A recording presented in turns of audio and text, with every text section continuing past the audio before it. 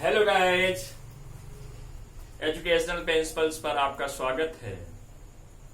आज हम Coulomb's law से रिलेटेड कुछ प्रॉब्लम्स पर बातचीत करेंगे। पिछले लेक्चर्स में हम लोगों ने Coulomb's law and vector representation of Coulomb's law देखा था। आज उसी कड़ी में आज कुछ प्रॉब्लम्स देखेंगे कूलम्स लॉ से रिलेटेड, और चार्ज से रिलेटेड भी कुछ प्रॉब्लम्स हम डिस्कशन करेंगे। आइए उसी कड़ी में हम लोग बातचीत करेंगे।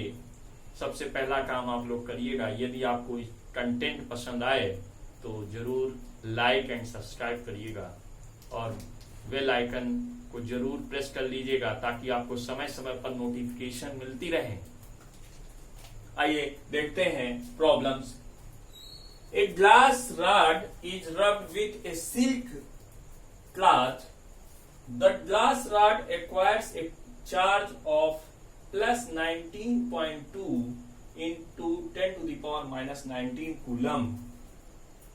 आपसे क्वेश्चन पूछा जा रहा है, find the number of electron lost by glass rod, and second thing is that find the negative charge acquired by the silk. अब यहां पर क्वेश्चंस पर आपसे कहा जा रहा है कि एक कोई ग्लास रॉड है और उस सिल्क ग्लास से जब आप उसकी रबिंग करते हैं तो ग्लास रॉड पर चार्जेज जो आ जाते हैं वो plus 19.2 into 10 to the power minus 19 coulomb. तो आपसे क्वेश्चन पूछा गया है number of electron lost by glass rod क्या होंगे। तो हमने क्वांटाइजेशन ऑफ चार्ज पर जब बातचीत की थी तो वहां पर हम आपसे बातचीत करते हुए आपको हमने एक फंडामेंटल फार्मूला बताया था और वो था Q = N × E।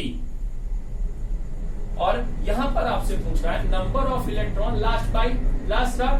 तो number of electron lost by glass rod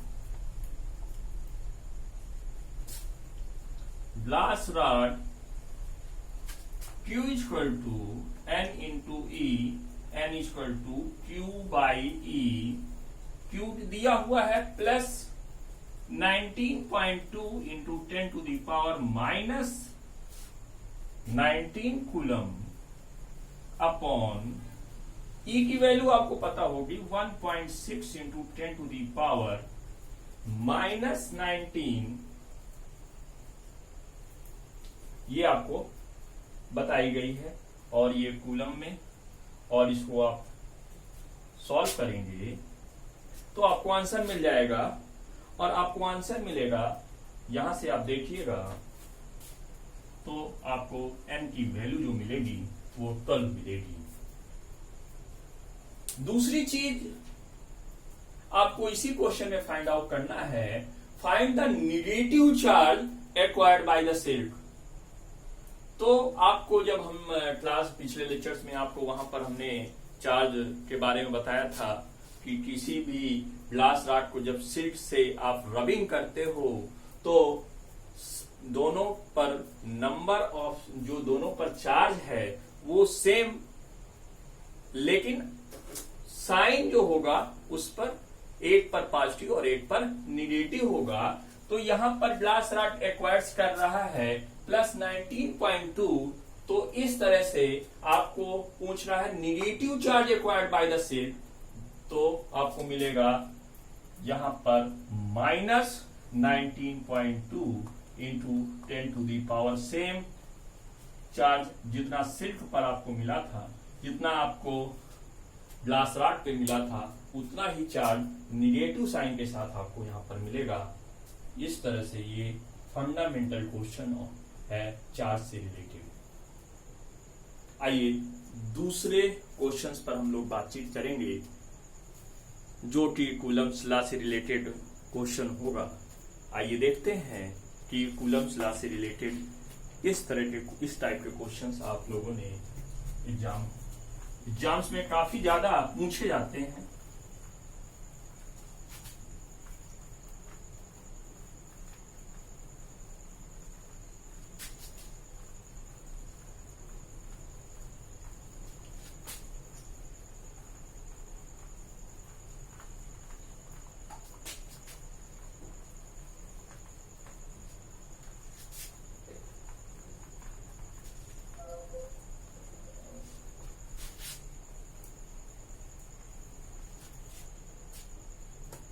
देखिए, एक क्वेश्चन आपके सामने मैं लेकर आ रहा हूं कूलम्स लॉ से रिलेटेड, और यहां पर एक क्वेश्चन बनाया गया है।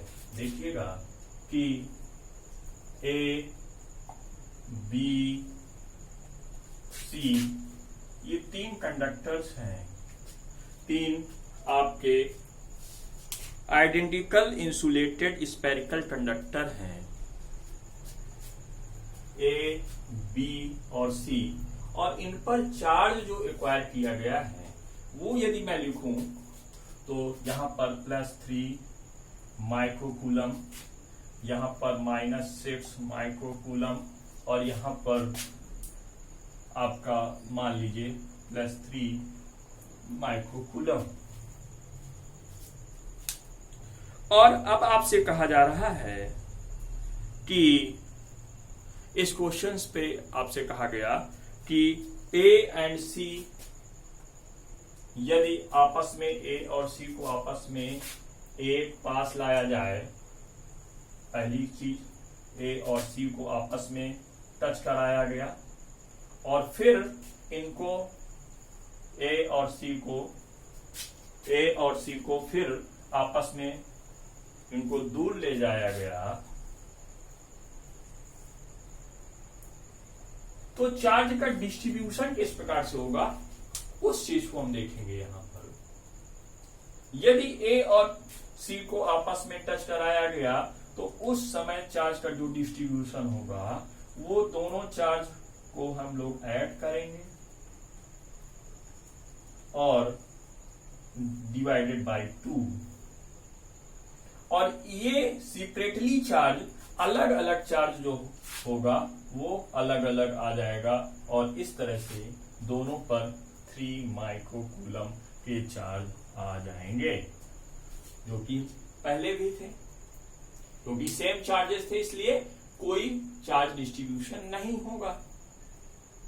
यदि आपसे क्वेश्चन कहा जाए कि ए और बी को आपस में यदि एक पास लेकर आया जाए, यदि ए और बी को आपस में टच कराया जाए,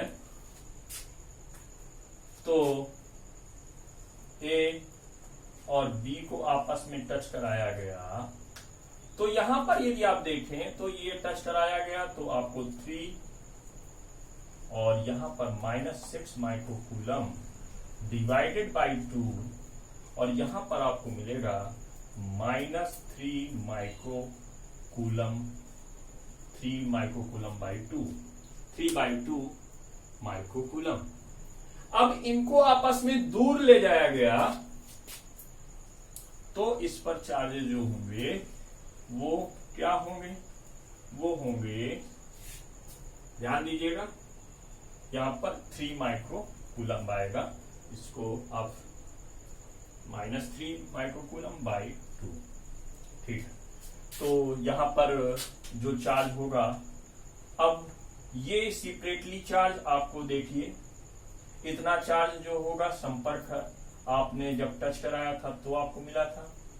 अब इनको आप दूर दूर ले जाएंगे, तो जब दूर दूर ले जाएंगे तो चार्ज का डिस्ट्रीब्यूशन जो होगा वो क्या होगा, तो यहां पर माइनस का 3/2 माइक्रोकूलम, और यहां पर माइनस का 3/2 माइक्रोकूलम होगा, निश्चित रूप से, क्योंकि दोनों पर चार्ज क्या होंगे, इक्वल होंगे।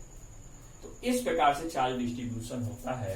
यदि आपको दिया गया है स्पेरिकल आइडेंटिकल कंडक्टर्स पर चार्ज डिस्ट्रीब्यूशन किस प्रकार से किया जाएगा, वो इस तरह से हम लोग देखेंगे। चलिए, इसी कड़ी में तीसरी प्रॉब्लम्स आपके सामने मैं लेकर आता हूं। एक बहुत इंपॉर्टेंट प्रॉब्लम्स है, उस प्रॉब्लम्स को आइए लिखते हैं और इसके बाद फिर हम लोग आगे बढ़ेंगे।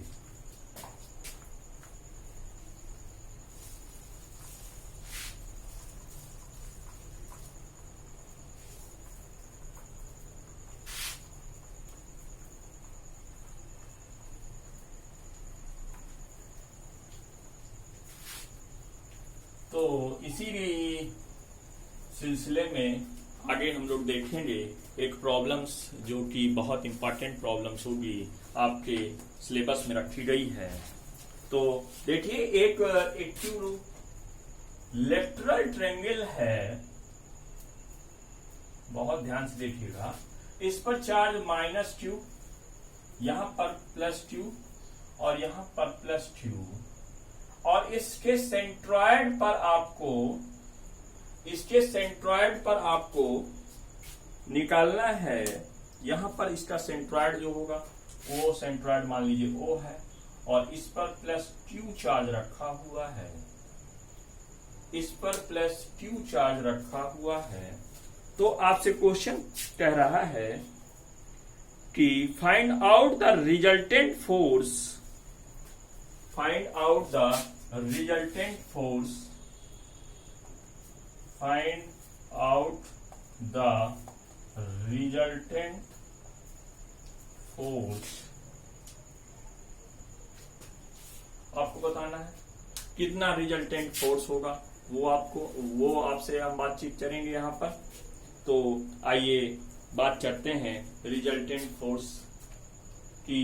यहां पर यदि +q कोई चार्ज रखा हुआ है और उस पर कितना रिजल्टेंट फोर्स होगा, तो आइए बातचीत करते हैं। जब इस तरह की प्रॉब्लम्स दी हुई हो तो सबसे पहला आपका जो वर्कआउट होगा वो इसकी लेंथ मान लीजिए L है, इक्विलैटरल ट्रायंगल है, और इक्विलैटरल ट्रायंगल की जो लेंथ है वो स्मॉल l हमने लिया है। तो यदि मैं इक्विलैटरल ट्रायंगल यहां पर बनाऊं और कुछ बातचीत आपसे करूं तो बहुत इंपॉर्टेंट बातचीत होगी। ये यदि L है, L, तो यदि आपने कोई भी आप मीडियन ड्रा करते हो तो ये मीडियन जो होता है सेंट्रॉयड से पास करता है। तीनों जो आपके A, B, C, इनका सेंट्रॉयड O होगा। तो मीडियन जो होगा वो इसको सेंट्रॉयड को 2:1 पे डिवाइड करेगा, ये आपको बताया गया है पहले ही। तो और इस साइड जो इक्विलैटरल ट्रायंगल है तो इसको भी हाफ में डिवाइड कर देता है। तो इस तरह से L/2 होगा और ये L/2 होगा। तो सबसे पहला काम आपका होगा इस तरह की प्रॉब्लम में आपको निकालना होगा कि इसकी लेंथ निकालनी होगी। हम लोग OA निकाल लें या OC निकाल लें या OB निकाल लें, तभी हम इस जगह पर, इस सेंट्रॉयड पर हम लोग रिजल्टेंट फोर्स की बात कर पाएंगे। क्योंकि हमें रिजल्टेंट फोर्स की बात करना होगा तो हमें ये डिस्टेंस चाहिए होगा, ये डिस्टेंस चाहिए होगी, और ये डिस्टेंस हमको चाहिए होगी। तो इस डिस्टेंस को ऑब्टेन करने के लिए आपको सबसे पहला काम आपको करना होगा कि ये आपका लेंथ L था, कितना था? L लेंथ था। तो इक्विलैटरल ट्रायंगल पर जब कोई नॉर्मल ड्रा करते हैं तो नॉर्मल जो ड्रा करेंगे, यदि पॉइंट C से नॉर्मल ड्रा करेंगे तो सेंट्रॉयड से पास होगा और इसको दो भागों में डिवाइड करेगा। तो ये L/2 मिला, L मिला। तो यदि आप इसको D पॉइंट दो तो CD यदि आप निकालो तो CD कैलकुलेट करेंगे तो √ क्या मिलेगा? हाइपोटेनस का स्क्वायर माइनस बेस L/2 का होल स्क्वायर, ये मिलेगा। तो यहां पर CD की जो वैल्यू मिलेगी वो मिलेगी, यहां पर ध्यान दीजिएगा, ये आपको मिलेगी 3/4L², या इसे आप इस तरह से लिख सकते हैं √3/2L। अब CD की वैल्यू जो आपको मिली है वो √3/2L मिली है। हमको ऑब्टेन क्या करना है? हमको ऑब्टेन करना है OC ऑब्टेन करना है। और आपको हमने बताया था कि ये 2:1 पे डिवाइड करना है, हमको इतनी चाहिए, तो हमको पूरा पता है तो इतना चाहिए, तो हम इसको भी ऑब्टेन कर लेंगे। तो आप लिख सकते हैं OC equal to 2/3 of CD, और 2/3 ऑफ CD का मतलब है 2/3 इंटू CD √3/2 इंटू L।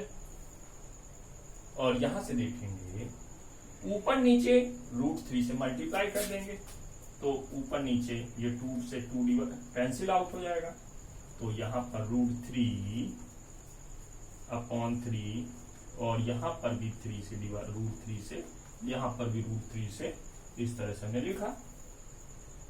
तो रूट और ये रूट, ये और ये से कैंसिल आउट हो जाएगा, तो मिला क्या, L/√3 आपको मिला OC।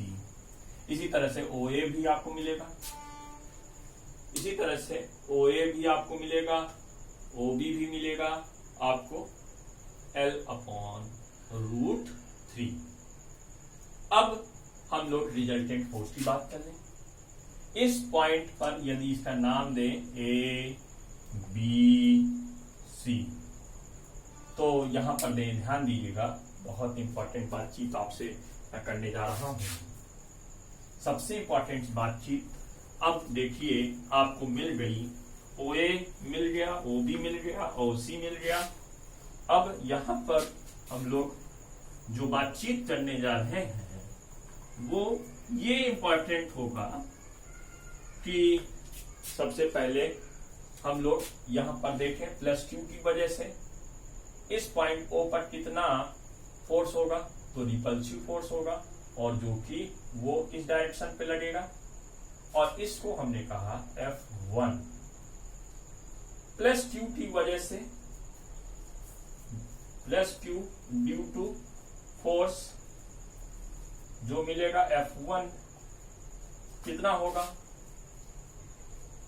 +Q की वजह से यहां पर, या आप F1 जो मिलेगा वो मिलेगा 1/4πε0 Q into Q upon OA square. इसी तरह से आप +Q यहां पर OB की वजह से, यहां पर एट पॉइंट A डाल दीजिए, यहां एट पॉइंट B डाल दीजिए, तो ड्यू टू फोर्स जो मिलेगा वो कितना मिलेगा, F2 वो मिलेगा 1/4πε0 Q इंटू Q OB का स्क्वायर, ये मिलेगा। और इसी तरह से यहां पर आपको ये मिला, ये फोर्स मिला आपको, ये आपको मिला F2,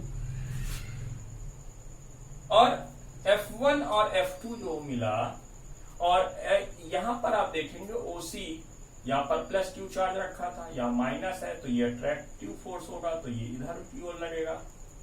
तो ये यदि हम कहें F3, तो F3 जो मिलेगा -Q की वजह से at point C due to force F3 this will be 1/4πε0 Q into Q upon OC square,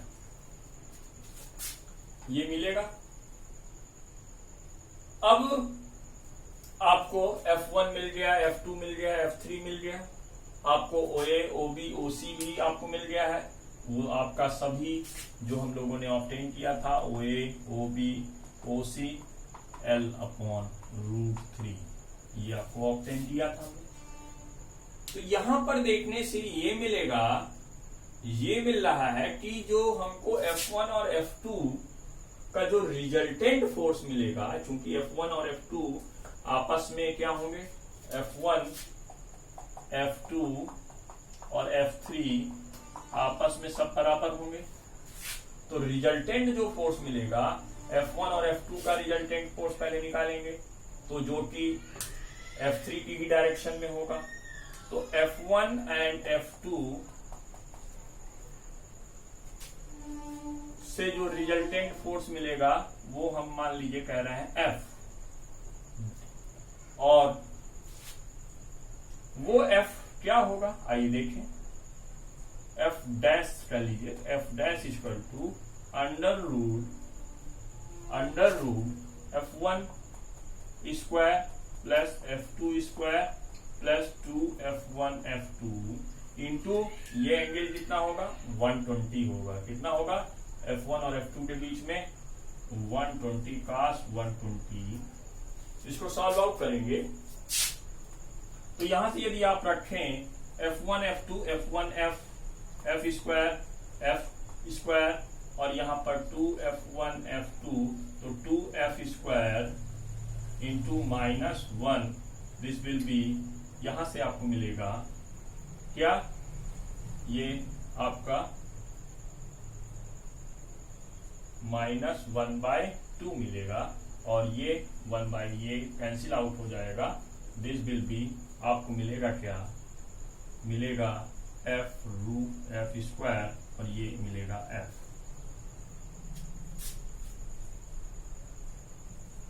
देखिए ध्यान दीजिए, अब F डैश आपको मिला F3 की डायरेक्शन में, वो आपको F डैश जो मिला वो F3 की डायरेक्शन में मिला और वो कितना मिला, वो F के बराबर हुआ। तो रिजल्टेंट जो फोर्स होगा, रिजल्टेंट जो फोर्स आपको फाइंड आउट करना है वो क्या होगा, वो F3 प्लस F डैश, और F3 कितना है F है, और रिजल्टेंट F डैश कितना मिला है F मिला है, तो टोटल कितना मिला 2F मिल गया। F की वैल्यू क्या है, जो भी आप लेना चाहते हैं वो ले लीजिए, F1 F2 F3 हर जगह सेम है। तो आज यहीं पर स्टॉप करेंगे और अगले लेक्चर्स में हम और ढेर सारी प्रॉब्लम्स लेकर आएंगे आपके लिए। Okay, thank you.